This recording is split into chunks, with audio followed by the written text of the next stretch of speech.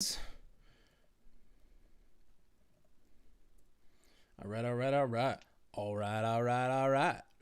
right. Try and be the hero and Rush denies it. Okay. That will be Okay. Let's see. This is first time trying with this computer to see if it would do the thing it's supposed to do. Oh yeah, this is a test run, isn't it? The first test run. It's not fully a test run because I'm missing some peripherals, but it is. It is happening. Important. Periphery. Periphery is a nice word. Like I feel like I should use it in a song. You know, has that nice soft lyrical tone to it. Periphery. I think if you did a song, periphery. if you did a song about Tony Stark, it should involve the word periphery. I like it. Because like that's what the suit is basically. High tech prosthesis. High-tech prosthesis. It's like, that's what All right. For the first time, we're also streaming to YouTube because we figured why not for the podcast. hashtag why not? Hashtag why not? That's hashtag yo no.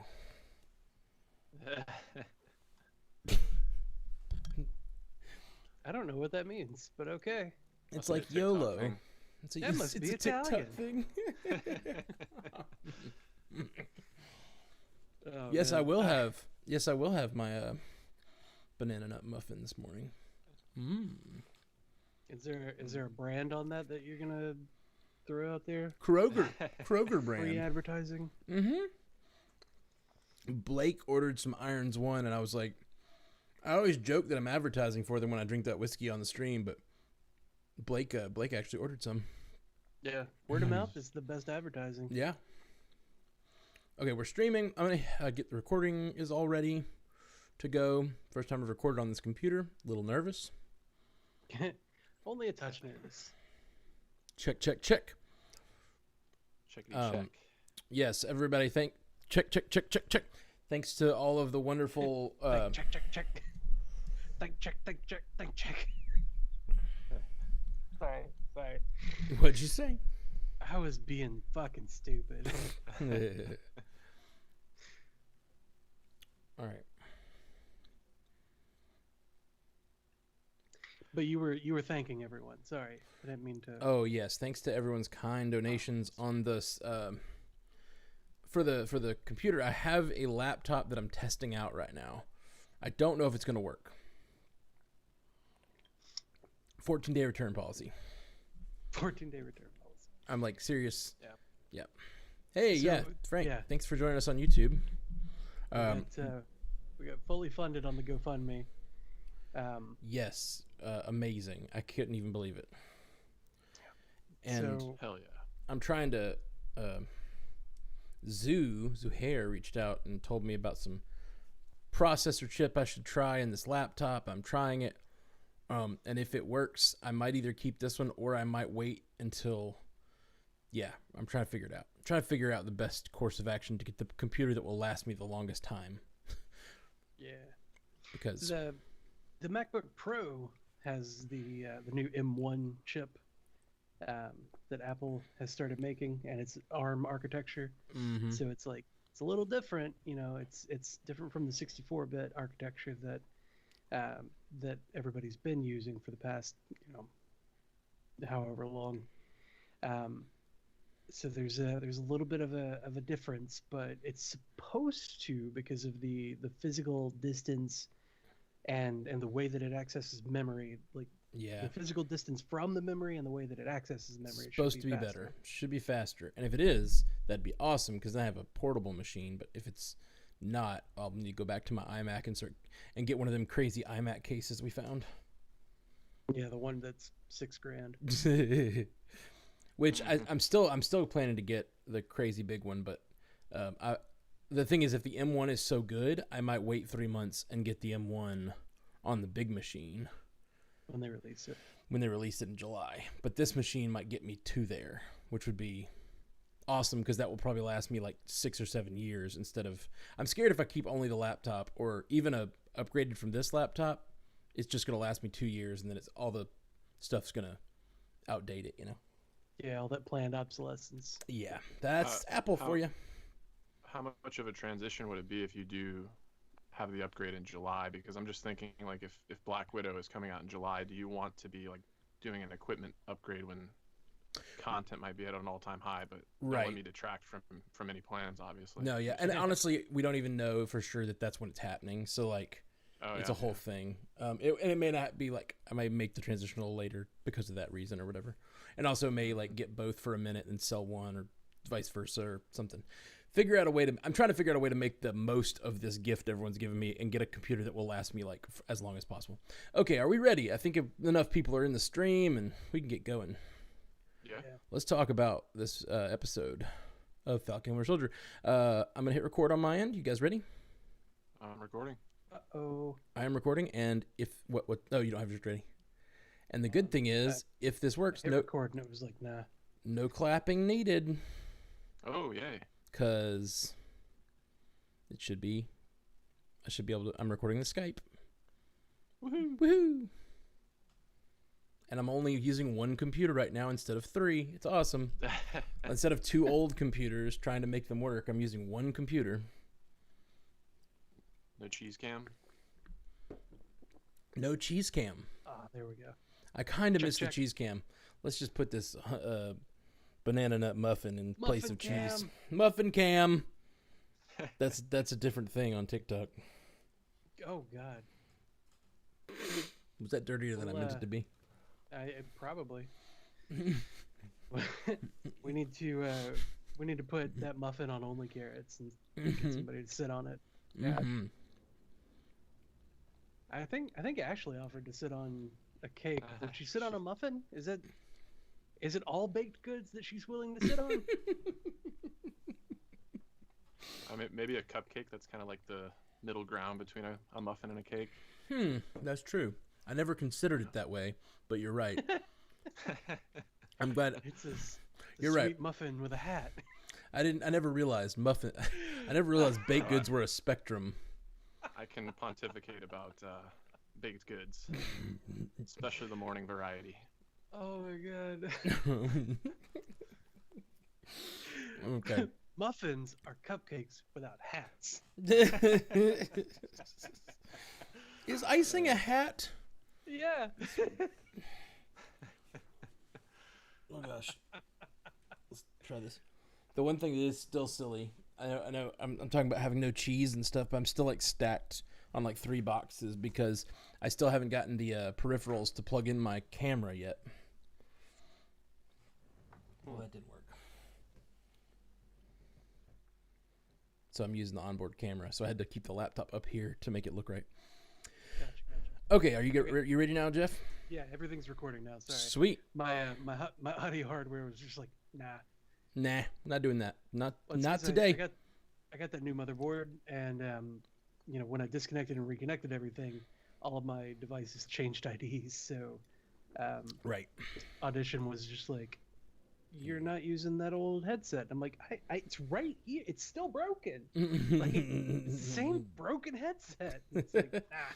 Okay, let's get into it. Okay, thanks for everybody joining on YouTube, and if you're on Twitch and using a desktop, open us up in a separate window and watch YouTube too, muted, because it'll give us extra watch time. Or if you're a fan of Echo, don't watch it muted. That's true. You could get like a whole delay type thing going on. Okay, let's do it. Yeah. I'm hitting my first marker. Go when you're ready, Jeff. Today on the Marvel Cinematic Universe podcast, we are discussing The Falcon and the Winter Soldier, episode 4. The whole world is watching. All that and more references that we have no control over. Dude, that name hits different now that I've seen the episode. Oh, yeah. Cool.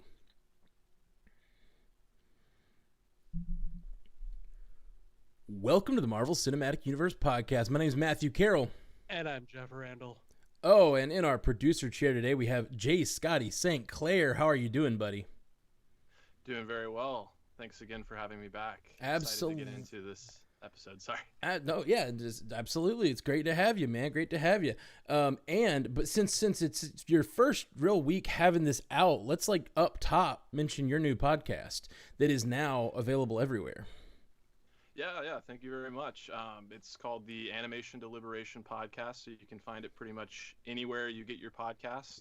Animation Deliberation. We've been covering Young Justice on HBO Max, but very excited that there's some brand new content on Amazon Prime. We just released our coverage of the first 4 episodes of Invincible, and I know there was a new episode that just dropped. So, please check that out. Give us some ratings and some reviews, and send us some feedback. Really excited to have that officially launch, and excited to get your guys' feedback. Yeah, I'm excited to give you feedback if I can ever catch up on Invincible. But yeah, everybody, please go give them some Stranded Panda love. They're the newest podcast on the network, and that's really exciting. But let's dive straight in to Falcon Winter Soldier. Spoiler alert for episode 4. Sorry, I drank my water down the wrong place. All right, but let's get. You didn't drink it. All right, well, let's get into this. We are talking about episode 4 of Falcon and Winter Soldier right now. We're going to send Jay Scotty's going to go into his feedback cave and round up some feedback. If you're on the YouTube or the Twitch, you can send in feedback to Jay Scotty. I don't know how you tag him on YouTube, but you can say Jay Scotty or something. He's just keeping an eye on it. I should update my name to have it be a little bit more consistent. But in the Twitch, I'm at Jay Scotty for real. JSCOTTY number 4 REEL, and in the YouTube it's just J Scott for real. So okay, sweet. Also REEL.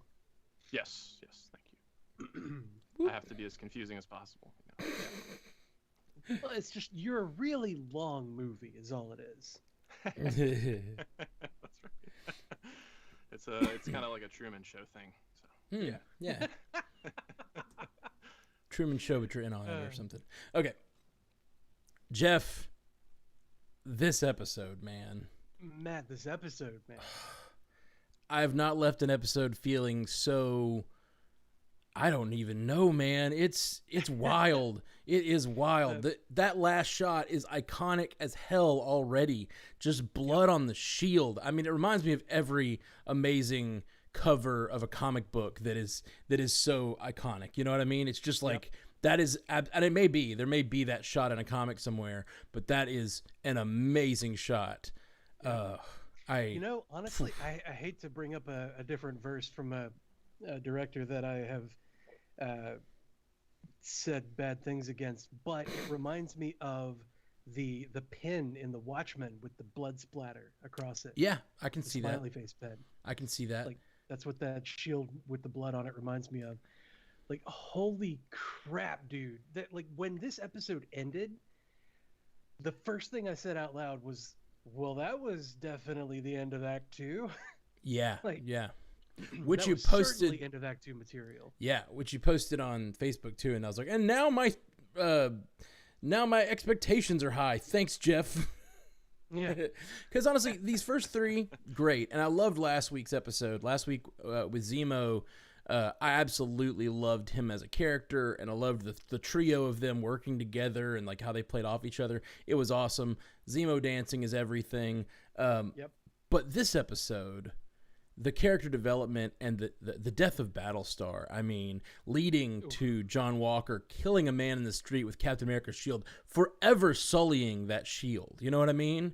Like, this whole show is about what happens to that symbol now, you know? And I love that we got, I talking specifically about the shield and people's relationship with it as an icon. I love that Carly in this episode echoed what Sam said last episode, that shield should be destroyed, just to remove that, that imagery or that symbol of that bygone era. Yeah. And I actually, I think it was on a previous episode. Did I say this on the podcast or no? I joked about Carly being the new Captain America before she blew up that depot last episode. I was like, yeah, I could see it. She could be the new Cap. Like she's like the Cap for the world, trying to avenge everybody. She's got the super soldier serum, and then she blew up a depot with innocent people inside, or at least nominally innocent. She didn't believe them to be innocent. But this episode, she clearly crosses some lines. And Battlestar's just killing Battlestar as soon as he's laying on the ground and there's that dripping substance behind him. I was like, that's gasoline or something. He's going to die. I am so worried for Battlestar. And then he got up and I was like, oh, okay, he's safe. No, he's not safe. Punched through the chest. Into a column, breaking the column and probably his spine and head. Yes. His heart probably stopped as soon as he was punched. A super soldier punch to the chest is not a thing you want. Yeah, we saw what happened when Jessica Jones punched people in the chest without restraint. Yep, exactly. His sternum was probably liquefied. Yeah. Mm-hmm. It's not a great situation for him. It sucks that it sucks that it wasn't John. Well, that's the thing is, like, if it has to happen to somebody, I would prefer it to be John. I don't think that, that's still too far, yeah. I didn't like Lamar. I didn't like Lamar Hoskins. I didn't want to call him Battlestar because, it's just, I don't want to indulge in this sort of behavior, See, I actually disagree with you. I think Lamar picked the wrong guy to be the wingman of, but Lamar was his conscience. And in that moment when he dies, so like I really liked Lamar. I just don't, he's in the position he's in. He has the wingman he has, and he's doing everything he can. And these guys have like battled together in actual war, and now they've come back. They had the discussion about sort of the moral ambiguity of war in this episode. That was all really, really interesting, and like did not. What they had to do in Afghanistan. Yeah, and like that all didn't push John Walker more to the mustache twirly. It like really deepened his relationship with what he's doing. You know what I mean? Like he's doing what he thinks he needs to do, just like he had to in war. But when Lamar dies, not only is it his best friend dying, but it's also his conscience going away. Yep. And he loses it, man. He's pure John Walker at that moment, and he doesn't have anyone to hold him back. Lamar has so many times in the show like stopped him from doing something. You know what I mean? Like he's been like, hey, how about we not do that? Or how about we hey, voice of reason real quick. Yeah, he's the voice of reason. And I like that somebody had that role for John. I didn't like Lamar in that he associated himself with this guy who is fake Cap, basically. Like, right. The Wish.com Cap, if you will. Right. And like that's why I didn't like Lamar. Like I didn't hate him like I hated John. It was just I wasn't a fan of his. Just like you hang out with the wrong people, man. Like I don't know that we can be friends. Right. To me, but like he didn't deserve to get punched through the heart and exploded inside. Definitely not. Liquefy his internals with a super soldier punch. Like nobody deserves that.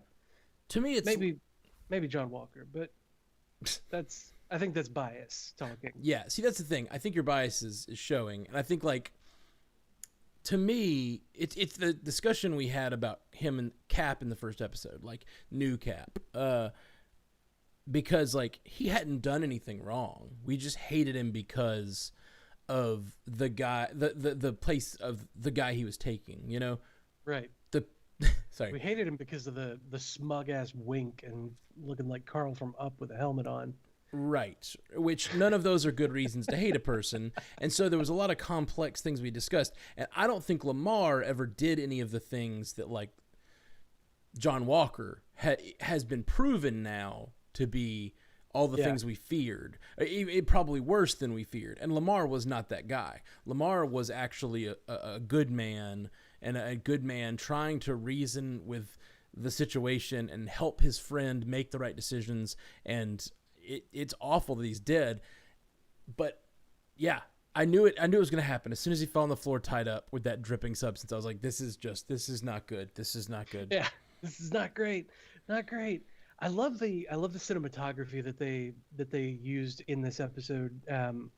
Like whenever Lamar, I'll call him Battlestar. You know, in death, a member of Project Mayhem has a superhero In name. death, we have fake names. Yeah.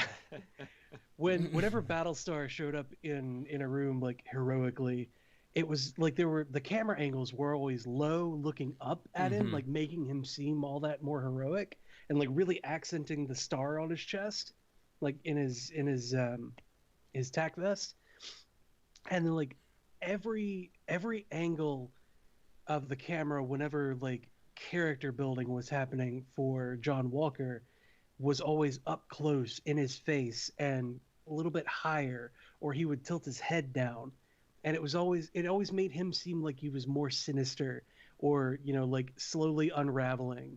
It was For sure. really great camera work. Yeah. Everything's been expressed really well, like what he's going through. And now that he's got the serum, there was some discussion in the live chat on the live watch, is like some of the people he was fighting, were they even real? Because we know now that all in his head. Yeah, we know now that he had taken the serum, and does that mess with your head? It doesn't seem to.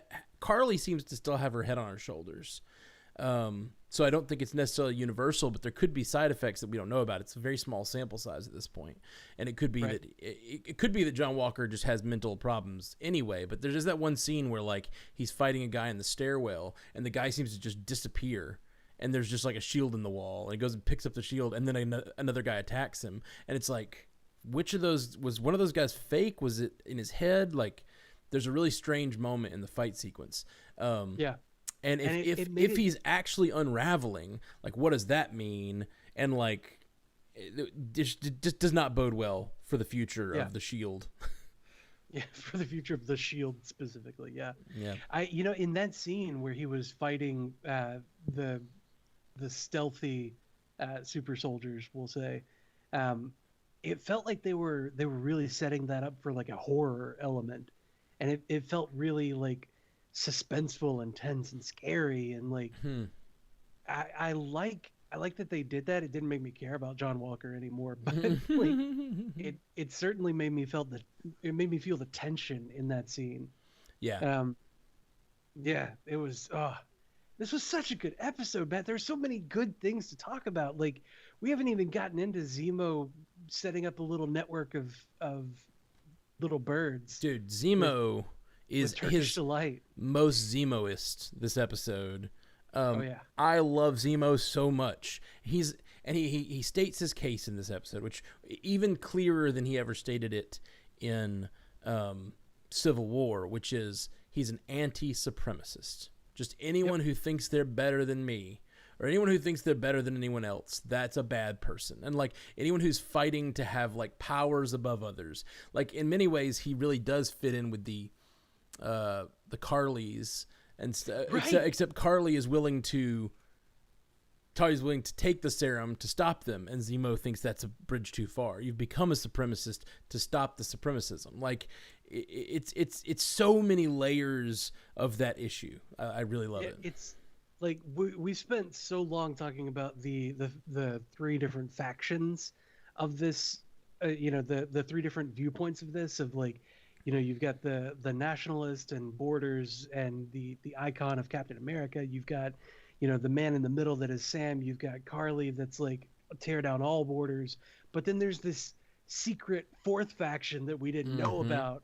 That's Zemo over here. Like, no, yeah, tear down the borders, but like, don't give yourself over to wanting superpowers, because like, then you're just like them, trying to be better than everybody else. Like, oh my God, Zemo. Right. Ah, there's a telling so line. right. Well, there's a telling line, and this is, I think, one of the things that Sam has that neither of them have is Carly sees the people that are stepping on her as not worth anything, and she's willing to kill the people when she blew up that depot, right?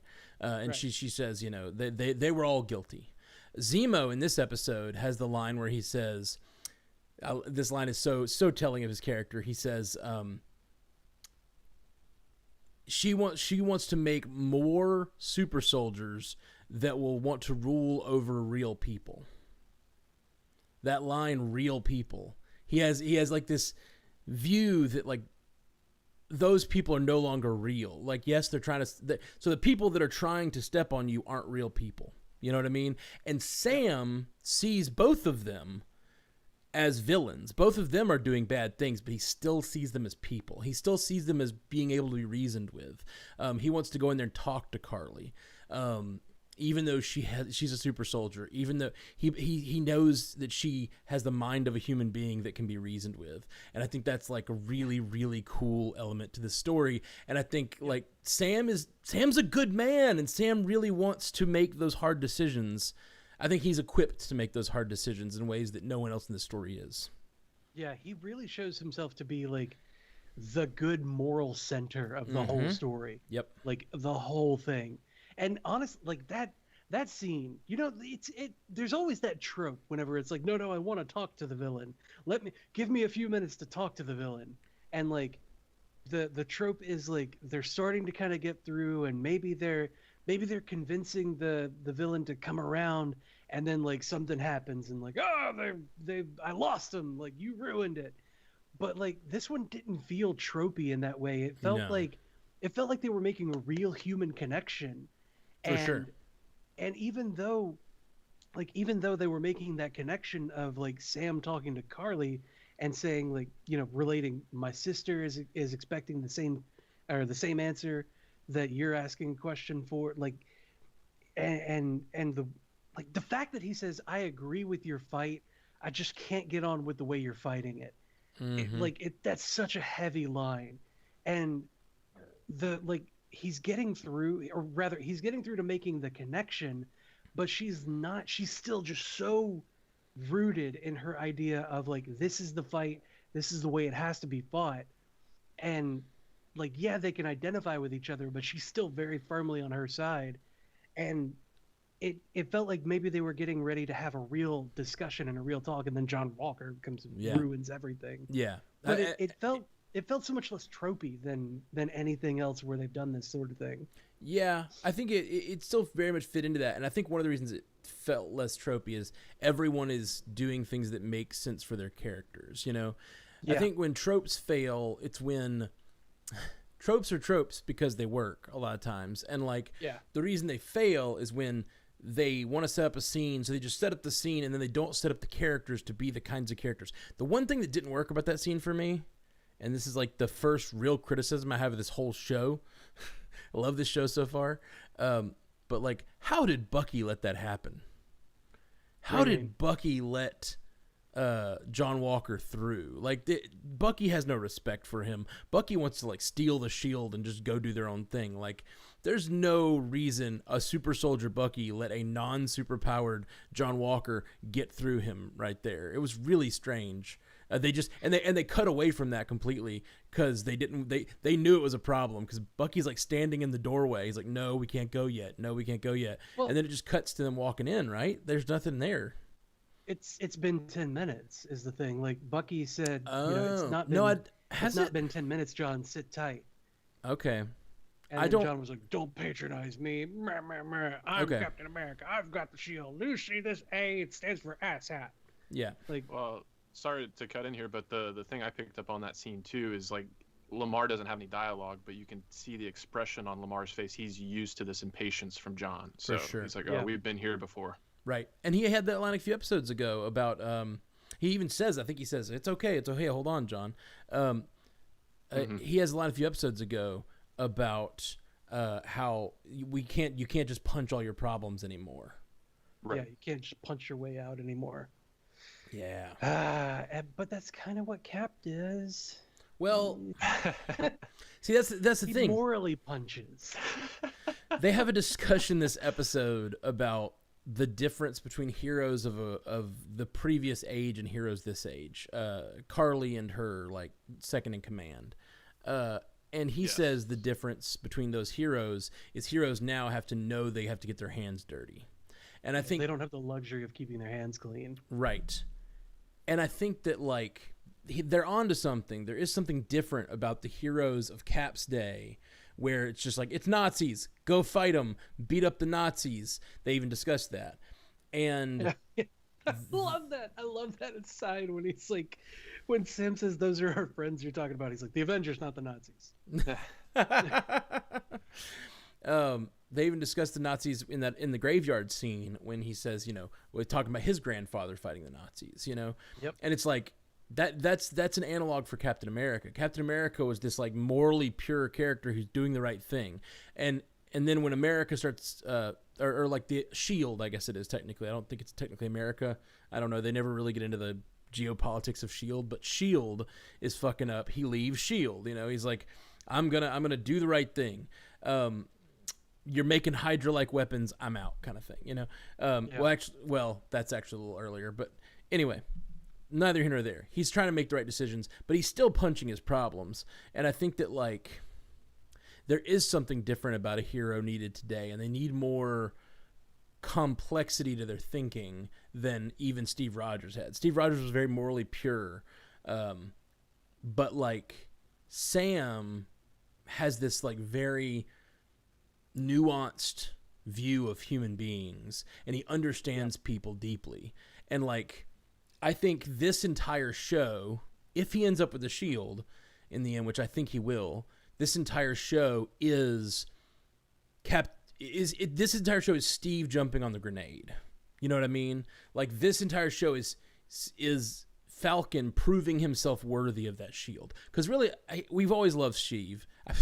We've always loved Sam. He's a wonderful character who, like, he does what Cap does, just slower, right? That's the thing. Right. But I'm really sorry. I can't let that Sheev slip go, because in Star Wars, Palpatine is Sheev Palpatine. So. Right. Sorry. Sorry. Didn't mean to get into Star Wars. No worries. That never leads to good things when I get into Star Wars. Just leads to hate mail. Hate leads to Star Wars. Sheev leads to Star Wars. Star Wars leads to hate mail. And hate mail is the dark side. Oh God. Okay. So reel it in. I think that Sam, this entire series, we always loved him. We always thought he was Cap, just slower. But now he is like, this entire show is proving his complexity and nuance and his willingness to do the right thing, and proving he's worthy of the Shield in ways that we might have had a hard time accepting if they just given him the Shield at the beginning of the series. You know what I mean? I thought a lot about that. Like, this is them. I don't think we've talked about this on the show, but I thought a lot about the fact that they gave this other guy the Shield sort of as a foil for us to go, that guy's not worthy. We want Sam to have the Shield. You know what I mean? Right. Like, I could see us having a hard time accepting a new Captain America, except they gave us this intermediate Captain America who's clearly bad. You know what I mean? They went too far, and it's like, okay, bring it back. Give it to Sam. Give it to Sam. Now we're Sam's happy the to have medium. it. Yeah. Yeah. We're happy Now to we're have it in happy to have Sam's hand. Sam. Yeah. There's not going to be pushback once you give it. When you're taking it away from John Walker and giving it to Sam, there's like no contest. Yeah. I mean, like, if it had just been handed to Sam, it would have felt like he didn't earn it. Mm-hmm. Especially with the amount of with the amount of screen time he's had. Like, Right. It really just feels like he wouldn't have earned it. And it felt a little arbitrary when he chose Sam over Bucky. You know what I mean? Like, Yeah. we can headcanon all day, like, oh, Bucky's more complicated and has, he's done a lot of bad things and he has a darkness, but like, that's all kind of headcanon. We haven't really seen that discussion on screen, and this show is having that little conversation that happened in Steve Rogers' head when he decided to hand over the Shield. This show is showing us what Steve sees in these two people. You know what I mean? Right. Yeah. Oh God, there was a thing. Sorry. Crap. There was something that Bucky said I wanted to point out, but I can't think of it now. Oh well, must not have been important. Sorry. No, it's okay. Didn't mean to interrupt. No. I'm sorry, fine. Joe. I'm sorry. Think of it. You ruined it. It's fine. You'll think of it. It'll come back. Yeah, but it won't be funny then. My comic timing will be all off. Well, there is this little pause. I know we want to keep it tight, but I wanted to say something earlier, but I guess on the YouTube there's an echo occurring, so I don't know how that will impact things on the playback. Let me just throw it. It won't impact thing on our playback. I don't know why there would be an echo because it's the same stream going to the Twitch. So it's an echo if you have Twitch and yeah, YouTube. if you have Twitch and YouTube open, that will definitely give you an echo. You need to mute one of them. And if you have two YouTubes open or two Twitches open, obviously that'll be an echo. But I think, is that everybody? Is everybody having that problem on YouTube? It was multiple people saying it, but now Frank is giving us real-time feedback saying no echo on his feed. So. Okay, if you have it in both windows and they're both playing, then you will have echo because they're both playing. So just mute one of them. People went over there for the echo because I told them go for the echo. Oh yeah, that's true. That's true. Sorry. But no, yeah, we're thank you everybody who's watching on YouTube. It's the first time we've done this on YouTube, and thank you everybody who Twitch who might be also streaming on YouTube because we're doing our best to get our watch hours up. We're almost to YouTube monetization, which would be an awesome day. It'll probably make like 5 cents a week, but still, it would be neat. That's 5 cents we didn't have before. That's right. Okay. Let's see here. Anyway, where were we? Thank you, Jay Scotty. We were derailing about wanting to say something about Bucky that I still can't remember what it was. Okay, yeah, that's right. That's okay. That's not important. Oh man. How about the beginning of this episode where Io and the White Wolf 6 years ago were sitting around a campfire and she was saying the words to him in Russian and he's just acting the shit out of it. That was such an amazing scene. God, it was so powerful, Matt. The "You Are Free" is amazing. Like, I know that they have been trying to make Bucky a thing in the series, in the movie series, since the first Avenger, but I've just never really cared about Bucky, if I'm being honest. Like, I've just been like, he's Steve's friend. He's a extension of Steve. Yeah. He's a part of Steve. Yeah, for sure. And like he's a part of Steve's story. He's important for those reasons.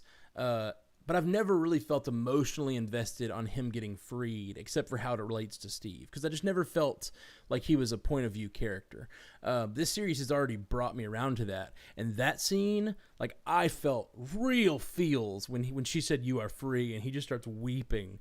Like, very rarely in a show can you let a character go full on weep and it like makes sense for the character and feels right. And it totally felt real and right. And I'm about to cry now thinking about him feeling freed of being controlled for all those years. And like, now that we know all the stuff he's dealing with his mental state now and his like amends that he's trying to make, all of that moment is the moment he finally felt free and could start that work to become the man he wants to be. And that is just great to see, and I love Bucky now. I'm really on board with Bucky now. Right? You understand the thirst now. I'm so thirsty. Like, just seeing him struggle and like saying to her, it's not gonna work, while she's saying the words, like, it's not gonna, like, what he's saying is the things that they've gone through is not gonna work. I'm going to fall over to that mental programming. And watching him struggle with not wanting to lose who he is, not wanting to lose to those words, and just the fight that was going on within him. Like, he was gritting his teeth and crying from how much like struggle he had in himself, and then all of that turned into relief. And when she said "you're free," and he starts weeping from that, like, it was all of the feelings in all the right ways. Like, it was so good, man. It was so good. Anyway, it really was. Let me flip it around and make it really sad, because something that happened in the second episode when they're at the truck and he says, it would be a lot. This whole thing would be a lot more effective if I had Cap's wingman by my side. Yeah. You know where both of Cap's wingmen were when John Walker was beating a man to death with the shield in the face. Like, all those cameras capturing what's going on, all they see is Captain America with Cap's shield, killing a man in broad daylight with Steve Rogers' 2 wingmen right behind him. Like, that makes me so mad because they were trying to stop him, but the world doesn't know that. And I have a feeling like it's going to look to the world like Falcon and Winter Soldier were there backing him up while he did this. Yeah. And that makes me so mad, especially after the conversation in the second episode where he's like, there's always that last line, isn't there? Because he was seeking their help for validation. And so in the same moment he showed his true nature to the world, he also received the validation that like he wanted, which makes me angry. I am angry actively about it. You did nothing. You just sat there and watched.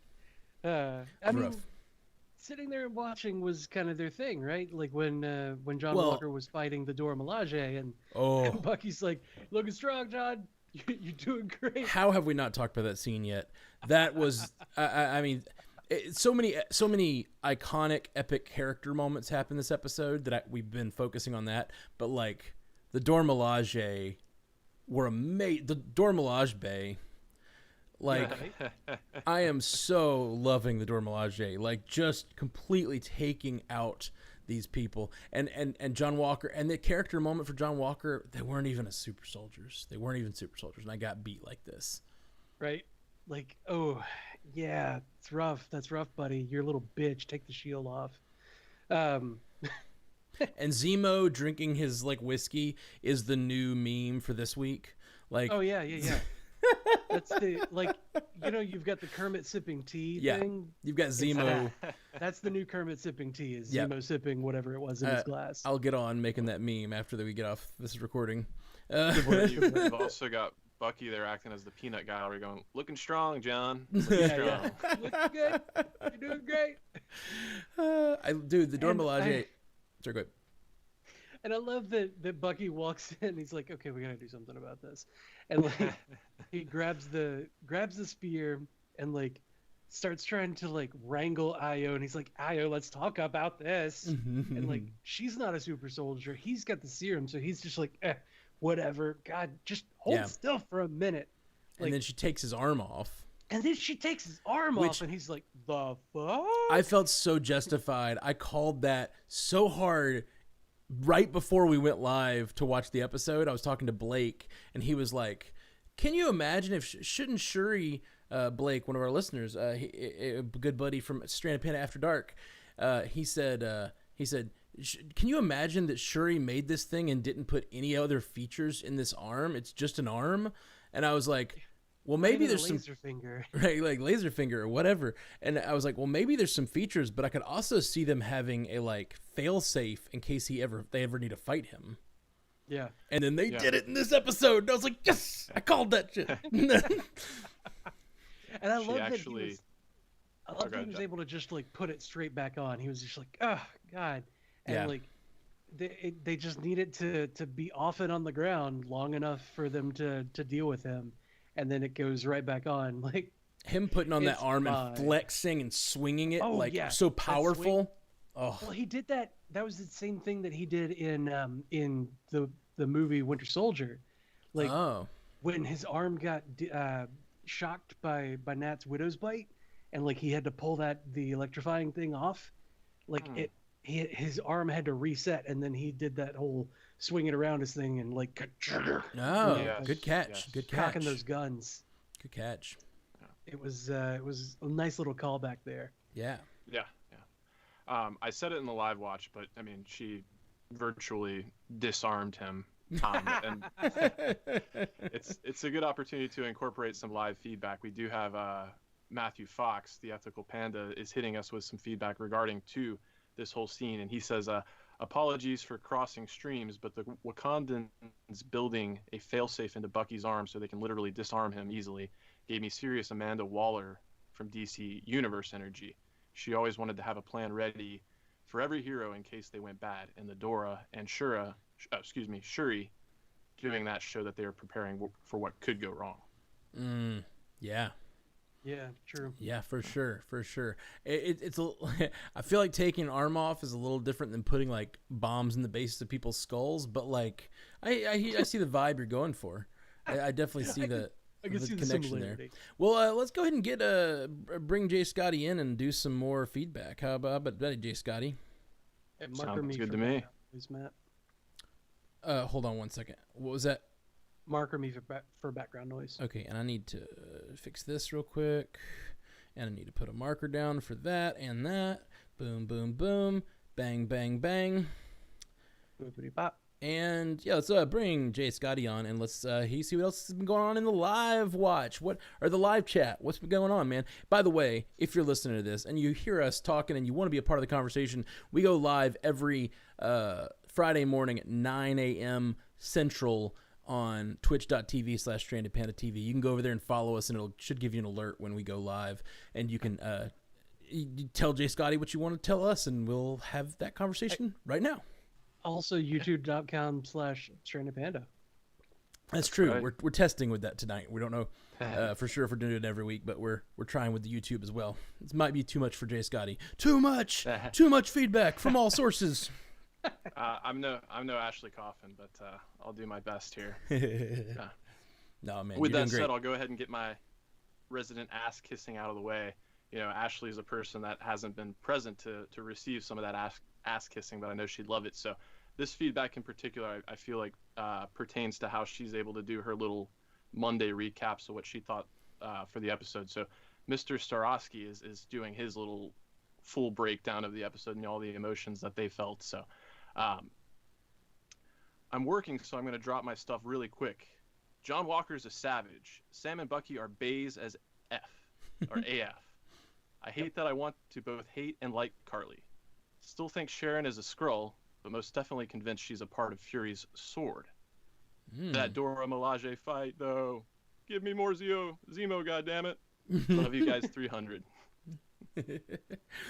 Oh, like man. it. I need all the Zemo. Zemo is now one of my favorite characters, and I just love it. I love him so much. Yep. Yeah. Yep. Yeah, Mhm. that's all great feedback. Awesome. Yeah, well, while we're talking about Zemo here, we did get that little nice moment with the Turkish Delight, and I had to bring this up. Haley Hobbs is asking, Turkish Delight will never not make me think of Chronicles of Narnia. Right. Anyone else? No, yeah, Yeah, and isn't Absolutely. in Chronicles of Narnia, isn't it sort of used in a similar way, like the child is sort of brought into the world. It's one of the first things that happens is they get the Turkish Delight and are sort of brought into the plans of the witch or whatever.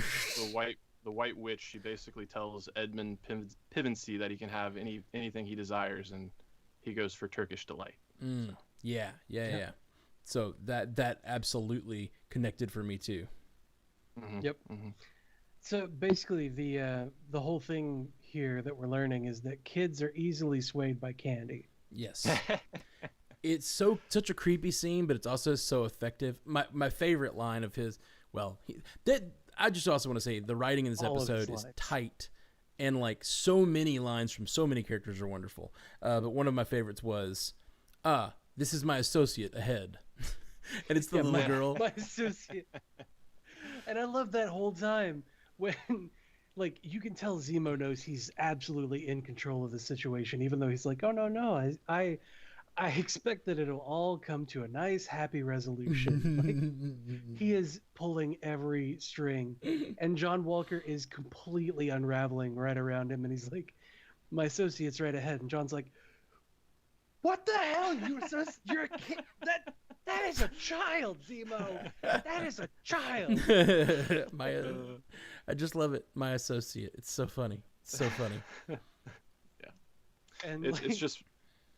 Lamar I was just gonna say like, it's been great to get more context for Zemo, but go ahead. Yeah. Matt'll fix it. He'll stretch it all out. Thank you, Matt. Yeah. Well, you brought up John Walker and kind of his baffled reaction to that whole thing. So we have obviously gotten a lot of feedback regarding to the unraveling of John Walker, but Niffer Newt comes in saying, JW, I kind of like that abbreviation. JW doesn't have the temperament, self-control, or mile high ground to wear that uniform. He totally defiled that shield. And following up right on that, Vermilion 1 says, not just the blood on the shield, but the grin on his face. And at first I thought, oh, maybe he realized he messed up. But it seemed like he was soaking up the limelight. And I definitely noticed the dichotomy of that scene. And it just shows how imbalanced he is. He simultaneously seemed horrified by what he did and the fact that he was being caught, but there was also definitely a sense of satisfaction and vindication there as well. So yeah, I saw the satisfaction more than anything and was like, you son of a bitch. Yeah, as he's realizing the cameras are on him, I think is really when you see him start to be like, oh, I fucked up. I fucked up. Cap's not supposed to do that. It's also just Here like comes Matt with the TikTok trend. Good call. There is a sound for that, I think. Well, and on that same through line, Waterfall Angel Sharon's coming in saying it'll be interesting to see how America responds to John's actions. We haven't yet seen any actual government people, which is unlike every other Marvel thing. I think that they're going to support John and just be like, this was a terrorist flag smasher. Oh man, Right. You know, speaking of America and what America thinks, can we talk for a moment about the super heavy line that Sarah dropped in this episode? Like, she just threw it out there like it wasn't anything, and like I needed a moment to process what she said when she was like, America doesn't care about my story or my world. America doesn't care about my world, so why should I care about their mascot? Or why should I care about its mascot? Yeah. Like, oh my God. Yeah. Oh, it's so real. Well, and that's the thing is, I think we are setting up a dichotomy here where, you know, maybe the government will support John Walker, but like, just like in this is so real world and so like, as much as Marvel has stayed away from politics for so long and like really mostly danced in the middle of things, like this is not dancing in the middle. This is politics in a way that's not even just civil rights. This is like America and its supremacy and it's like bad what's the word I'm looking for? Sorry. It's bad foreign policy. Like this is America doing a bad thing in front of the world, and like it's going to divide the world. Like and these characters that are sympathetic characters talking about how they want to destroy the shield because it's a symbol of everything that like is being taken away from them, and how these like sort of American supremacists and all the larger countries who are like supremacists and coming and like taking their place when they finally found welcome. And I found it really interesting, the discussion they had about what this repatriation project that's happening is actually what's actually going on. And what it was is like basically they said all the rich countries in the world, when the blip happened, they needed people to help them rebuild, and they brought in all these people who are out in all these much harder to live in countries. They brought them in, like we're welcoming of all the immigrants from all over the world because they needed people.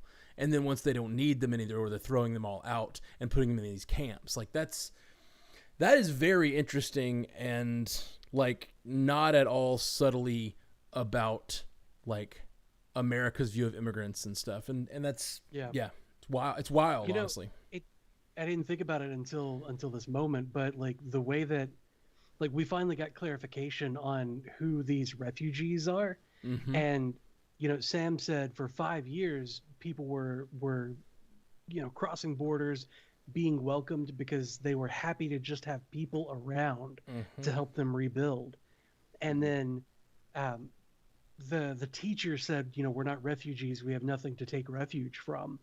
But Carly was saying they kicked us out of our new homes because like all of the people that got brought in, you know, they got put up in places where there were no longer people that you know existed to live there. But like now that they're back, it's like, okay, well, they're back, you can leave now. Yeah. And I kind of knew all of this, like but we hadn't really thought, we hadn't realized that Carly's people are people that came from struggling countries and struggling places and struggling neighborhoods, whatever, and moved up the socioeconomic ladder because there was room made for them by the blip. And now, like, that's all over. And this is such direct response to the blip in ways that we've talked about. We really wanting them to explore the, like, socioeconomic, cultural impact of what the blip would look like. And I love the line that, like, Carly talks about how she's made these people have become her family, that if she had known them before, she would have been taught to hate them, you know? Yeah. Mm-hmm. And Carly's young too. She's like, what? I don't know. She's young. I don't know how old she is. I wouldn't put her older than 25. Yeah. Yeah. So, like, when the blip started, she was probably just getting to adulthood. And then she's suddenly, like, thrown into the situation, and now she's, like, leading. Carly's a fascinating character, and the fact they've made her so sympathetic is just super complex and interesting for the show. Love it. Yeah, there's so much nuance in all of these characters in the show. Like, Mm-hmm. the writing in the show is stellar. Like, the writing, I talked about the camera work earlier, the music in this show, the score in this show. Henry Jackman is a legend. Like, when we got Bucky fighting against that one super soldier in the stairwell, like, the music started to go kind of that Winter Soldier route, like, kind of toward the Winter Soldier theme, but it was slightly different in a more, I guess, in what felt like a more heroic way. And we saw that reflected in Bucky, because, like, he jumped off the stairs and, like, he was just kind of, it looked like he was just kind of done with it. Like, I'm tired of having to fight these idiots. Like, and he kicks him through the wall and he's like, stay there. Like, That was such a Steve line.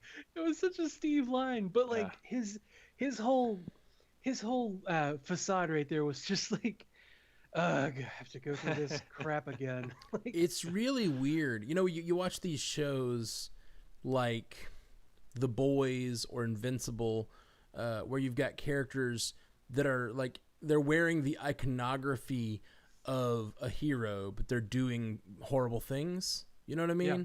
And this is, like, really strange because it's the actual iconography. He is wearing, like, Cap's outfit almost to a T. Right. And, like, you're watching him in that helmet do horrible things. And it's so mind-bending and strange and bold for this show to go as far as it did this episode, you know? yeah. Jay Scotty, give us two more. Yeah, I mean, while we're on the subject of, you know, some of the more poignant and real subject matters that this show has allowed us to tackle and discuss, I wanted to definitely hit some live YouTube feedback, and we've got Brick Something chiming in saying, and it's not just black folks' story. That's a line that can be said, that's a line that can be said by many whose stories have been invisibilized, which is both sad and scary, and I appreciate Sam keeping it real. Yeah. Absolutely. I think you mean the line of, America doesn't care about my world, so why should I care about its mascot? Right. Yeah. It's such a heavy line. And like, there's, you know, we talk about this being just a story of, you know, the struggle that African Americans have faced, or Black Americans have faced in America, but, like, they're right. Brick Something is right. Like, anybody who has been marginalized, any minority has likely felt that way. And or the impoverished, or people from countries where they don't have the resources. Like Carly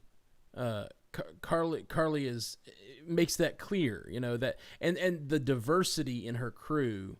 There are white people, there are black people, there are Asian people, and they're all banding together because they feel like they're being mistreated and thrown aside. It's definitely not just about, but connecting it to that African American experience, it brings Sam into it in an interesting way, and it makes me really wonder where Sam is going to fall at the end of this story. Because if like America is after you, or, you know what I mean? Like, if America's after them because they side with John Walker and if America sides with John Walker, let's say, and, like, they're after Falcon and Winter Soldier, like, I don't see him becoming Captain America, you know what I mean? Or siding with America. Exactly. So, like, where does that leave Sam? Because he is a patriot, and he is someone who's like fought for his country and wants to be there, and like and so is Bucky. And where does that leave them to? Are they going to be sort of left out in the cold? I don't know. It's just, I don't know. I have no idea where they're going with it. Like, how do you resolve this story in a satisfying way? And how do you make your main character make all these hard decisions? And this is him proving himself to be worthy of the shield, you know? Have you guys seen the Netflix documentary 13th? Yeah. That was directed by Ava DuVernay? Yeah. Yes, absolutely. Highly recommend. If you have not seen it, watch it. Yeah, I was reminded of that when Carly was having her monologue at the funeral for God, what was her name? Mama Danya. Yes, thank you. When she was at the funeral for Mama Danya, when she said they impose hardships and struggle on us, but then they label us criminals when we push back. Mm-hmm. And I was immediately reminded of 13th. Yep. And it's like the way that she was getting everybody together, you know, backing her banner with that, and, you know, saying we're branded as criminals when we push back, when they impose the struggle on us, but like all of it is bringing us together. Like I kind of side with Carly, like, even though she's blowing up buildings with people who, you know, are just doing their job or whatever, or trying to live their lives day to day and not really, you know, not actively trying to hurt other people, you know, just following orders, whatever. Like, her struggle is definitely sympathetic and is real, very much the real world. Yeah. It's hard to say that I support someone who just bombs a building. Right. But, like, you know, much like Sam, I agree with your fight. I just can't get on with the way you're fighting it. Yep. And the thing that is so neat about that scene to me is she's giving a funeral for Mama Danya. And then suddenly she sees the visage, the silhouette of Falcon in the nest, as it were. Oh, nice. Thank you. I like it. And then she changes her voice. I don't know if you guys noticed this, but she's very much having this like, we're together, we're family. It's like a very low tone, but then she goes in and starts speaking, like orating in that moment when she sees Falcon, because she's no longer puts on the moniker. Yeah, she's no longer just talking to her family. She's talking to Sam. She's trying to connect to his story. So I don't think it's any mistake that you heard the 13th in that, because I think that is Carly trying to connect with Sam and saying, I know you know what I'm talking about. Like, you know what I mean? It's really, really freaking good, man. I'm getting all these tingles just Me too. thinking about that. Like, God, this show is so damn good. It really is. Really, really is. All right. Last one, Jay Scotty, what you got? Last couple things. We didn't get to spend a lot of time with Sharon, but just, you know, given the amount of speculation that was born out of last episode, I did want to pull a couple of things together here. So we've got Melissa Khalil saying, also, how was Sharon able to track John Walker? I feel like this gives more validity to the rumors that Sharon is still in deep cover for the U.S. government or the power broker. And Muzzy Nat, Nathaniel Muzzy, also saying, so I don't know if this actually matters, but apparently there are wanted signs for Sam, Bucky, Zemo, and Sharon on the Madripoor site. So I didn't pick up on that, but I thought it was a good catch. Oh, wow. In the episode, there were these wanted posters? Apparently. Interesting. neat. Oh, no. I know what you're talking about. There's a Madripoor site. You guys know this? Somebody found the website. Somebody found a website that's for Madripoor, and I guess they site. added those to that website. That's okay. Gotcha. So it makes sense that they would be being hunted or whatever, especially by whoever runs Madripoor. Turns out it's confirming Sharon. its Explore Madripoor website. Yeah. Right. Well, see, this thing, if it's Sharon, why is she on a wanted poster, though? Like, the power broker doesn't necessarily run Madripoor. It sounds like whoever the power broker is runs the underground. You know what I mean? There still might be like a government or whatever. Yeah. Well, it's lawless.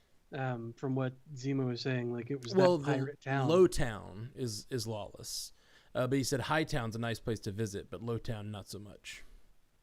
Yeah. Well, when it was difficult to follow what Scotty was talking about when he didn't call her by her proper name, Bayron Carter. That's true. That was hard to follow. I agree. It was confusing. By the way, Muzzy Nat dropped the link here. It's exploremadripoor.com.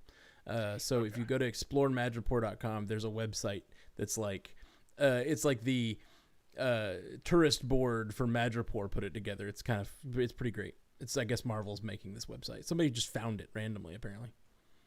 You know, I may need to amend her name. I think Sugar Mama Sharon rolls off the tongue a lot easier. Yeah, I've seen a lot of Sugar Mama memes going around with her, like sitting in that nice apartment with her glass of wine.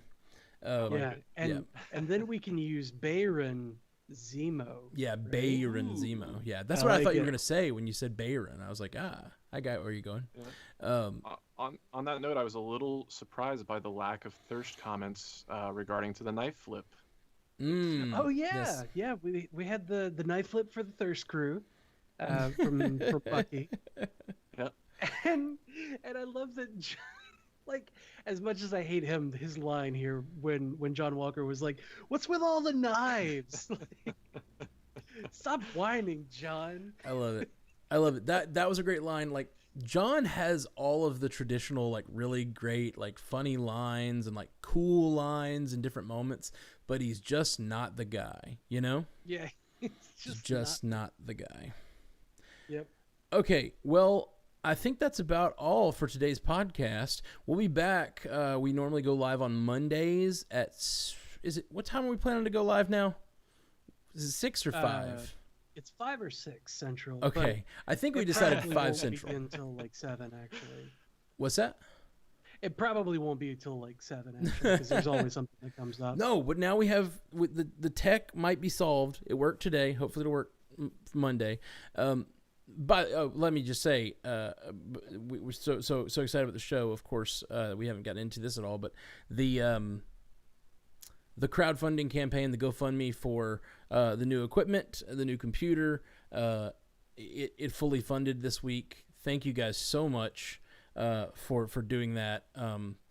Yeah, it's absolutely amazing and very, very like I feel, you know that phrase, like, you feel humbled by something? Yeah. I have never felt that phrase before. And this made me feel that phrase because I did not feel worthy of such a very, very kind gift and such a supportive move from the community to give in such a big way so that I can get a computer that can keep this podcast running for the next 6 or 7 years instead of like this last one did until it bit the dust. Thank you all so much for making that happen. And I'm really going to try over the next couple weeks to finally find some time to reach out to everybody individually and thank you. I know Jeff's been sending those as well. And thank you so much. It's overwhelming. It's so many. I got behind. There was one day where I didn't send messages to everybody, and it just spilled over. Like, there's no way I can catch up at this point.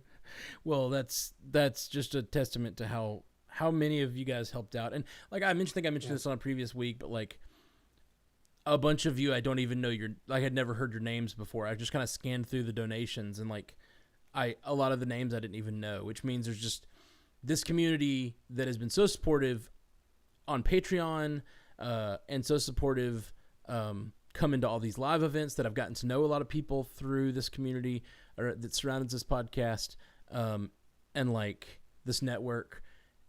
And like it's Facebook group, all of Twitch. that, and there's a bunch of people on the list that I'd never heard their name before, which is just like how it amazes me. There's people out there listening who I haven't even gotten to talk to, but they're still lovers of the podcast and willing to chip in, as well as some of the people who have been huge contributors in the past who gave hugely to this as well. Thank you all. And we were able to use a little bit of the excess to upgrade my machine too. Yes. It doesn't cost as much as it does for Mac because I'm a PC guy. Yeah, he was able to just get some components. He only needed a few components for his machine to make them better, and a few people actually went above and beyond and went over the amount, and enough that we were able to afford that for now, and that's freaking great. And so now my machine actually can serve as a backup. Yes, in the past when we've had to jump over to Jeff's machine during a live stream, it did not work. Which was a few weeks ago when mine crashed. We tried to move to Jeff's. It did not work. The recording came back and it like was skipping words. Like you were just like so it couldn't do the live stream and record at the same time, which is why this requires a hefty computer. So what you guys are saying is there's no excuses now, right? It's all got to be perfect from your that's what we're trying. We're trying for. Nah, all right. I'm totally kidding, man. You guys both deserve it so much. We love you. You guys have contributed and built an awesome community. So it's just a testament to what you've built that everybody responded like that and supported you. You guys deserve it. Thanks, Jason. So happy to see it. That's incredibly kind of you to say. Don't feel like it, but I very much appreciate all of you guys. What is it? Get your lips off my ass, Jay Scotty. And with that, we're going to wrap it up. Oh, Jay Scotty, throw out any plug you have. I think you do have a plug. I know we did it at the beginning, but do it again. Yeah, just one more time. If you didn't hear it at the top of the episode, please check out Animation Deliberation. You can find it on Apple Podcasts, Stitcher, wherever you find your podcasts. We are a action, animation, and cartoon podcast. Our tagline is that we take action, animation, and cartoons seriously, but not too seriously. So very exciting time to be a fan of action animation. We've got Invincible on Amazon Prime, which is just incredible. So please check it out, give us some feedback, and I think you guys are also doing like a crossover with the Star Wars guys for Bad Batch, right? I heard that. Yes. What's going on? Yes. So in a few months we'll be teaming up with a month when Bad Batch comes out, you guys are teaming up less for that. than a month. Wow. Yeah, so just around the corner. That's here. some cool animation, and animation something we've never covered in the network. So it's cool to have have a team you guys working on that. So freaking awesome. Thanks, Jay Scotty, for being here. Thanks for producing. Jeff, always a pleasure, my friend. Absolutely, sir. And we'll be back soon, Monday, with some feedback. Feel free to send in your feedback however you like, and join us on the live stream on Monday. Peace. Until next time, true believers. Sweet. Good job, guys.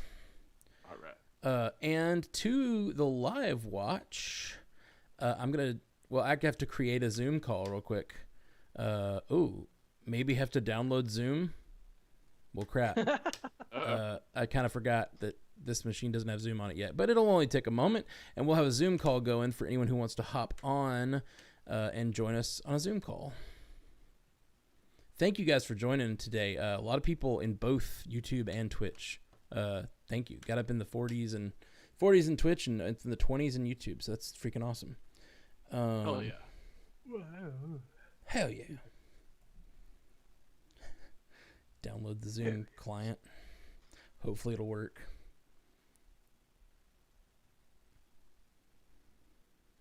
And now we just sit awkwardly while he downloads it. You guys talk about something. It's what we do. Oh yeah, entertain the people. Entertain the people. I think we should do a crossover set of episodes whenever What If comes out. We should link up with Animation Deliberation. For sure. I think that's a great idea. Zuhair, who joins me more often than not on Animation Deliberation, I know a lot of people know that he set up that fantasy league for the MCU. So I feel like July is kind of like the perfect halfway point too. That might be a good opportunity to have like him come on and like do updates on that or something. Yeah, I've been talking to him a little bit about it. I think it'd be cool if we want to do that fantasy league as more of a official thing. Creating some sort of thing where more people can join in, because if you guys haven't heard, it was originally based on a podcast that no longer exists. So no, it still exists. Oh, it does still exist? Yeah, they're just no longer on it. Oh, okay. I thought I listened to it in the last episode they were on, so I didn't know if he was still doing, or maybe there's been some since I checked. But they got replaced. Oh, okay. I didn't know. Well, Zoo brought that with him, and where he's doing the whatever that is, the Fantasy League. And basically what it is it's a thing where you pick characters in the MCU, and then it's like a fantasy league or whatever in anything else. A fantasy draft. Fantasy draft. Mm-hmm. So you draft characters you like, and then you can I mean, characters you like is right. quotes. Characters you think will show up in things, or characters you think will like have meaningful actions and things, and then you get points based on how they do, which I just think is super fun. Super fun idea, Zoo. Mm-hmm. It's been a blast. Yeah, and I think it'd be really cool if we had like we could do an element of that on one of the podcasts or something where we do a weekly update on that. I don't know which podcast that would be on, but it would be cool. So speaking of the draft, are we getting a Howard Stark point for Bucky's flashbacks? Oh, it didn't show Howard, but I mean, it could be argued. Well, it showed Howard's wife and showed Howard's car. But yeah, like the point, definitely points could be argued, and I'll probably argue against them because he's not my character.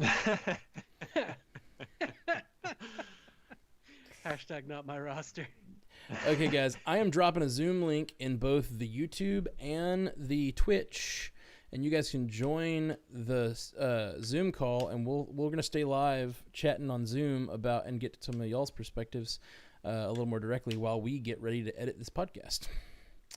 So join the Zoom. Lars. Join the Zoom. Zoom. Track that solid boy. Okay, I may lose you guys for just a second because I have to switch scenes, but I'll be. We're not going away. I'm just creating a new scene, so I'll bring the audio back as soon as possible. I'll be right back. Save me, Matt. Oh wait, no, I can just do the. So good, Mr. Stark. I forgot that I can just mode. do studio mode. Yeah. Let me bring everybody into the Zoom call, and then you guys can hang up on the Skype if you like. Okay. All right. So we should still have audio on everybody. Check, check, check. Hello, hello. Check. Sup, sup? What is up, guys? Hello. Hello. How's everyone doing on this blessed of Fridays, where we have been given the gift of Feige? Feige giveth. This is Great Lord Feige has blessed.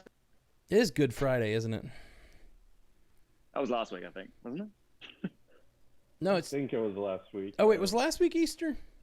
All Yeah. Fridays are good. Yeah. Oh, my Yeah, bad. Currently, all Fridays look very good. You're My definitely bad. right. Sorry about that. Mom. Except for Fridays in May. We don't get any content in May. Hey. We get no content in May. Is this true? Yeah. Because they moved Black Widow. And Oh, yeah. I'm big sad. we were thinking that they were saying that Loki was going to come out around May, but then when they announced it, like officially the date was June 11th. So May. I wish they'd waited, like Amazon had waited to release Invincible until May. Just so like So it's something I fun to don't do. have a day where I'm bored. Well, I mean, we're not getting Marvel content, but we do get the Bad Batch May 4th. Oh, well that'll stem me. Oh yeah, we got Disney Plus content. Yep. Fox, I think that your mic is just completely muted. Or Yeah, I was gonna say the same thing. Sure you were, Muzzy. You were just No. happy to let him sit in silence. Well, I saw him talking and waving at the camera. Is this better now? Yes. There we go. Okay. Yeah, I was gonna say, my impression is that Disney's plan right now is to always have either Marvel or Star Wars, but that once, if Bad Batch is going as long as it seems, we're gonna get to a point where we have both Marvel and Star Wars happening at the same time. So. Oh no, content what with will that. I ever do? But I think they wanted Bad Batch to have kind of a month to itself. yeah. That's that fine. makes sense to like get people to try it out and get hooked on it. Mm-hmm. Because animation's a little just bit a of a little bigger taste. sell. And it can be like a gateway to watching the Clone Wars again and like It's a gateway Rebels and drug. all that stuff. Yeah. But yeah, I'm just hypeful. Okay, I came in late on the stream and like literally just finished the episode like 5 minutes ago. What the actual fuck, guys? Right. Right. So literally, while we were recording the ethics episode last week, Paul and I were like, like the first 2 episodes had so many ethical questions, but this third one, maybe the show is just going to be an action adventure show from now on. Nope, not worried about that anymore. Yeah. Plenty. Have you covered like the question of what do you do when that many people come back? Like what would the governments of the world do? Like it's obviously a really hard question with no easy answer. Sounds like you need to have Haley Hobbs on this week.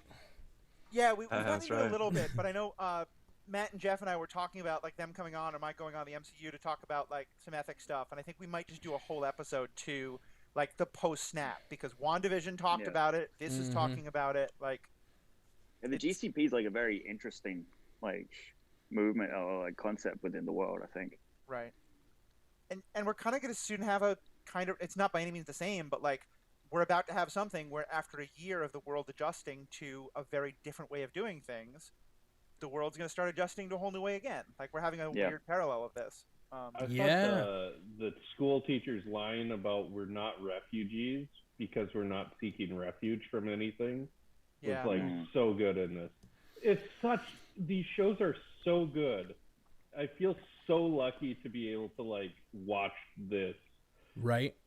Yeah. Hey man. That's totally true. I mean, think about the time we're living in. Like, it's just crazy. I just remember being a kid and loving all this sort of genre fiction and watching everything that came out, but there was so little of it, and it was so bad for the most part. Like the occasional really good thing that stands up even today, but like I remember watching just everything, and yeah, this is just such good content every freaking Friday. Yeah, I mean, go ahead. I was gonna say just like having to deal with like Batman and Robin and trying to find like a saving grace for that film because it was the only thing that we had to like hold on to. We're very lucky. Very, very lucky. By the way, welcome Sean Sampson and Turtle Brain. Is this y'all's first time here? Are you there? I don't know if I haven't heard you guys I speak think yet. Sean was here last week. Okay. Yeah. Cool. Sorry. I'm the worst with Turtle Brain. Have you been on a Zoom call yet? Yeah, I've been here before. Sorry. I just was trying to figure out how to change it where my name actually doesn't appear. Oh, gotcha. So now I'm in the settings now. Oh, gotcha. Cool. Just wanted to welcome you guys. Welcome. And sorry, I have the worst memory in the world. I remember people a little more by faces, and so. That was you think he's being self-deprecating about having a bad memory, but like this is kind of Matt's stick. Yeah, Matt, I'm the one that donated you on Cash App. Oh, right, last week. Yes, thank you, Sean. Yes, Yes, okay. I remember. Yes, I absolutely remember. Sorry, last week was. I was talking to my girlfriend this morning about when was the last time I did this podcast? It feels so long ago. And I was like, oh, yeah, I did it last Friday. It was just such a shit show that I don't remember doing it. Like I was telling my girlfriend. It out. Well, it was the day I was staying with my mom. And so I was like literally like on the stream. And then I'd mute my video and like run and help her. And I was just running back and forth and trying to watch the episode and trying to pay full attention, but also needing to help my mom. And it was, yeah. Oh no, that's not right. That was after she was in the hospital, and I was just taking a bunch of phone calls. Anyway, see, I've blacked it all out. Yeah. But I do remember that. Thank you, Sean. I don't think I got too appropriate. In terms of the complexity of this episode, I think one of my favorite moments was when, for like 2 seconds, I felt sympathy for John Walker again. Right. Just because that scene of his talking about how like he doesn't kind of think he earned those medals of honor. He knows what they did in Afghanistan was morally compromised, and he really wants to do something better. Like, they're giving us a very compelling supervillain creation story. Like, he's obviously like going in awful directions, but I can sympathize with him. I can understand why he's doing that, you know. And he's still a bully and an awful person, but like, there's no mustache to be twirled in the slightest. Yeah, that's what I love is like. Just because he's a bad person doesn't mean he's not a person. There's still person. I don't even think he's a bad person. I think he's just a very fallible one who makes choices that are bad. But my heart broke when they the murder killed for Lamar. me. Yeah. It's the murder that does it. But I mean, was I the only one that like? I felt I got real like Bullseye season 3 Daredevil vibes from Walker, like almost like from the get go. I felt like, right, like sure. it's kind of like I feel like it's in the eyes, like the dead stare, and like you can just see this rage bubbling like right behind the surface, like. You may have missed it on the podcast because you weren't here, but I was watching the fucking episode, Jeff. Got me some slack. No, the camera work, especially around John in this episode, where like, you know, everything that was a character building moment for him, the camera was super close to his face, and angles were like looking down, or he had his head tilted down. Like all of it made it more and more real. How deep he's going into being a sinister person, or just how much he's unraveling. Well, and how not in control of the situation he is. And they do, like, one little thing I noticed, and I might have missed you talking about this because I had to take customer calls. Who does that? Anyway. It works on a Friday. They show him, whenever they show him, he's slowly been getting more and more disheveled as they show him. His beard is getting scragglier. His hair is always greasy. He looks so much better with that beard, too. A major too. mental health thing is, like, people stop taking care of themselves. That's true. I might need to go get a shower, you guys. No, but Nate, that's a great observation. Are you okay? Well, the one thing with Jeff, are you gonna murder people with a shield? Yes. Oh, sorry, Zoo. The big comparison I thought of when I saw it, I know people aren't a fan of the last season of Game of Thrones, but like when Daenerys's right hand was killed right in front of her, like at that point it was like her right hand, I forget her name.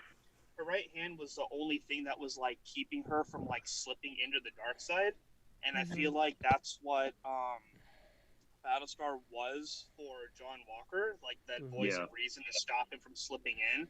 And now that he's watched that physically go away, it's just kind of like, well, my soldier instincts are just going to kick in now, and I'm just going to go batshit crazy because no one's telling me no.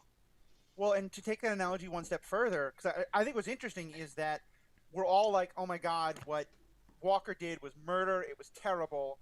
Carly is just this like misunderstood, you know, she's got a good cut. They both murdered people. Like, and Carly also lost her she lost her mother figure, and she lost her, like, the other person who's very close to her, obviously, who like sacrificed themselves to let their plane get away. I do think there's a little difference in that Carly ran into a situation and punched someone, which, in her defense, a little bit, almost everyone else she's dealing with is a super soldier at this point. Like, she's got two super... So she runs in the situation and punches a guy in an active battle, whereas... No, but she also blew up a building and killed people. That's what I'm talking about. Oh, yeah, But Carly is developing her identity to the public, whereas Walker is holding the shield. Right. And what I was going to say is him holding shield, the like... shield over him. Yeah, not just holding the shield, but using that shield to commit said murder. In front of everyone. The blood that last shot with the blood like almost dripping off like the bottom of the shield, that was just so like that. Yeah, that really is. Like that's such a Well, it shows how much of a better fighter Steve was, how much more restraint he knew to have. All the same strength. You didn't do that to everybody. Steve didn't have to do that. Well, he's also had superpowers for. He's also had superpowers for 10 minutes at this point. He's not exactly learned how to use them or restrain them. But even Carly too, like she's just like you said with Lamar, she just went at him, and he's normal. He's not gonna survive that. The look on her face was always like, "Oh shit, I fucked up." Like it was an accident almost. It was just the angle of the like him smashing into the pillar. But I mean, the only time we've seen like Cap, like original Cap Light, but every time we saw Steve, every time we saw Steve actually like hoist up the shield in the way that Walker did when he was about to murder a dude was Civil War, when he like ended the fight with Tony. Like where we all thought like shit, he's going for the head, but he hit the arc reactor. He made him think that he was going for the head, but he hit the arc reactor because he knew that was going to stop Tony instead of kill him. Yeah, this was definitely a mirror of that moment for sure. Is it also it might just be me, but don't you want the Snyder cut of him in the bathroom shooting himself up in the butt with the super soldier serum? Has to be in the butt. That's how you take steroids. We don't even. That's how know you if it become needed to Captain be in the butt, but America. we know that's what John Walker did. Is just go to the bathroom because the other guy didn't know that he had the serum. Really? There's a reason it's got that point to it. It's a suppository. Oh gosh. It's literally nipping in the butt. It makes that Zemo scene way different when he decides not to take it. It's a whole different thing. He's like, no, I'm not doing that. Not doing that. He read the suppository line on the bottle. And he's like, nope, no sir. Straight. By the way, straight arrow. He ain't gonna take it. Zemo, like they give you just the moment where like they're like, is Zemo gonna take it? And Zemo's like, no, I'm a man of my conviction. Right? I'm a piece of shit, but I'm not a liar. Consistent. Yeah. I really respect about him. Zemo had a hangover. Why is Zemo a piece of shit? Even when he had that towel over his head, he had a hangover. It wasn't because of the hit or anything like that. It was because he had a hangover, and that's why he was drinking, because he was trying to get rid of the hangover. Little hair of the Turkish candies were by a shield. I thought he was like. I thought it was from that. Well, I mean, a little bit of column A, a little bit of column B. Yeah. When you catch a vibranium shield with your face, it might hurt a little bit. But we do realize the Zemo thirst is just continuing now that we have a shower shot of him, right? Him coming fresh out of the shower, that's just thirst trapping all over the place. Like, I just love how like aristocratic he acts all the time. Like even coming out of the shower, he just kind of bounds in. He's like doing his hair. Like I can't believe we didn't talk about on the podcast his decision moment to take the serum or not. That was like in my notes to talk about, but we just it was so, the podcast was so full I never even looked at my notes because there's so much to talk about. Yeah, there's so much. It was a dense episode. Yeah, really such a dense episode. Oh, Fox, to counter your point of John Walker only having been a superhero or a superpowered person for 10 minutes, he's had emotion all of his life. Right. So and he's been a soldier for most of that. Yeah.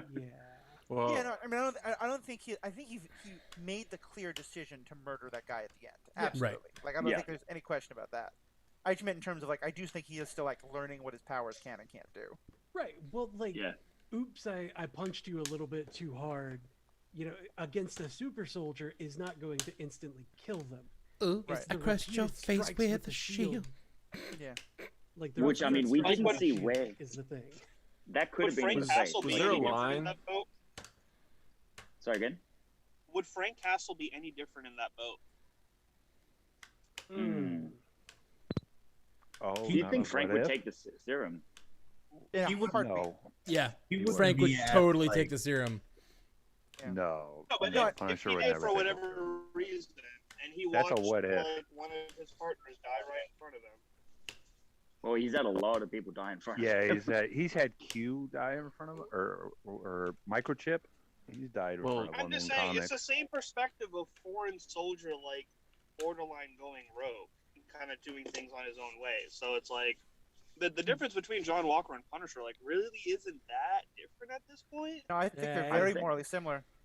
I think the big... It's just who they represent. Yeah, U.S. Agent is Hydra. He's gonna say Hell Hydra in the last episode. I don't think so. I would hate that. He's gonna say it just to tick off everybody. It's gonna be the major difference between John Walker and Frank Castle is what John Walker is doing. He's doing with the express endorsement of the U.S. government and military without any command structure above him. It seems like. Like, does he report straight to the head of DOD? Because, like, there's no colonel. They both have all this PTSD that they're not dealing with. And they're murdering people because they think they're doing the right thing. But John Walker's doing it with a flag on his back. I would argue, though, that I mean, to add to that the other big difference is that Frank Castle admits to himself and to the world around him what he is and what path he's on, and that he's fully chosen and embraced that, where John Walker is still trying. I think we'll see that in the next couple of episodes, him still trying to be, hey, good old Captain America, I'm doing this for the right reasons. But did you see? But I Did you think see on his shoulder? On his shoulder, he had the black and white flag, which represents mostly like justice and everything. So he didn't have a colored flag. He actually has a black and white flag. When he was fighting in the like the Daredevil scene, kind of in that area, that tight coordinates, you could see it, and it's just a black and white flag. It's not the actual American flag that Cap always ran with the red, white, and blue.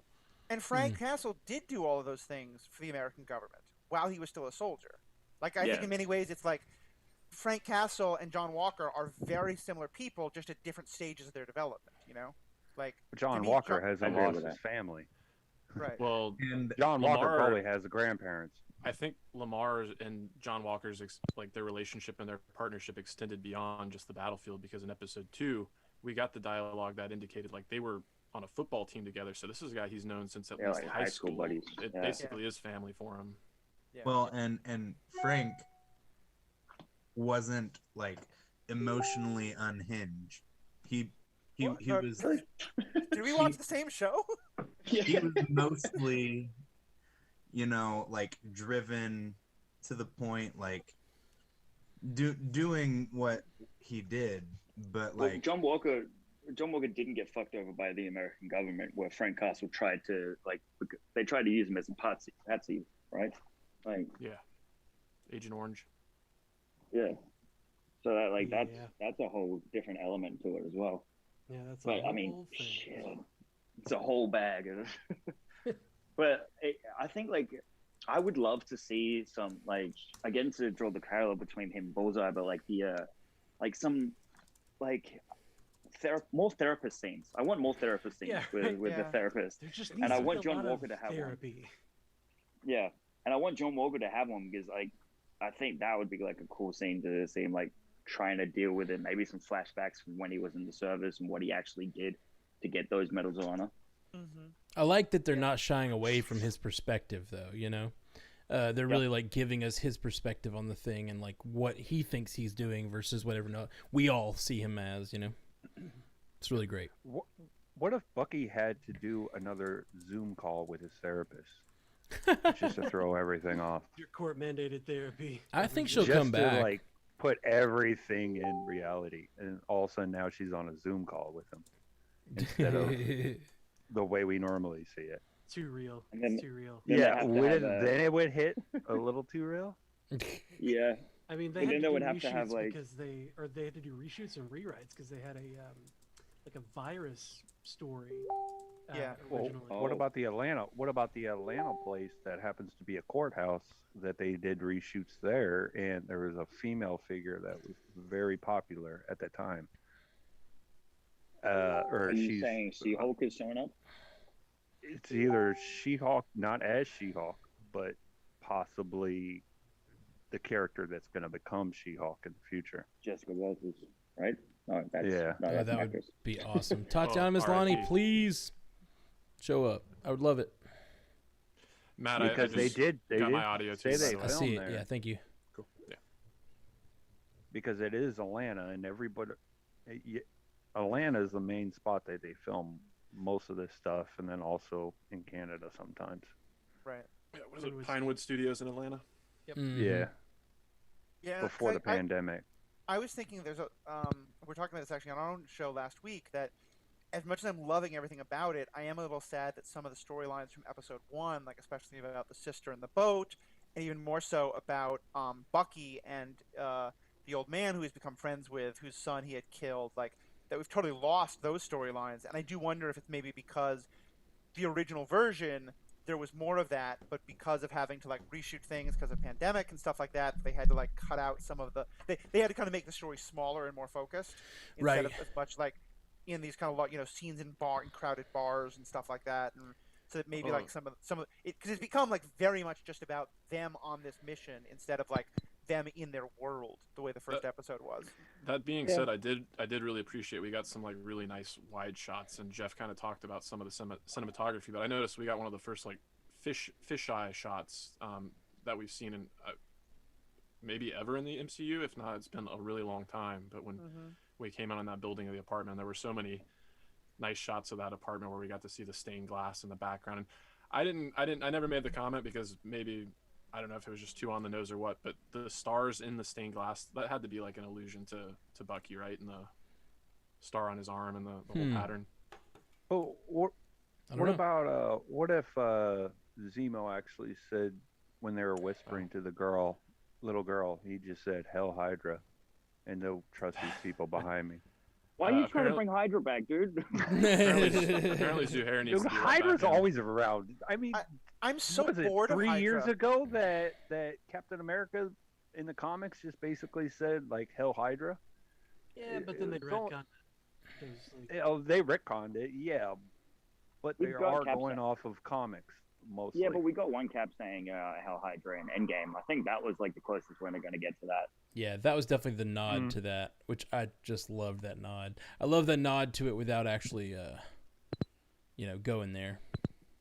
It was so unpopular for the most part that I think it. And like I said, I just kind of bored. Like Hydra was a great villain for so long, but they just did it to death and had to keep coming back, especially in Agents of S.H.I.E.L.D. And like it's actually serving this alien, or it's doing this, or it's just let it go. Give us new characters now.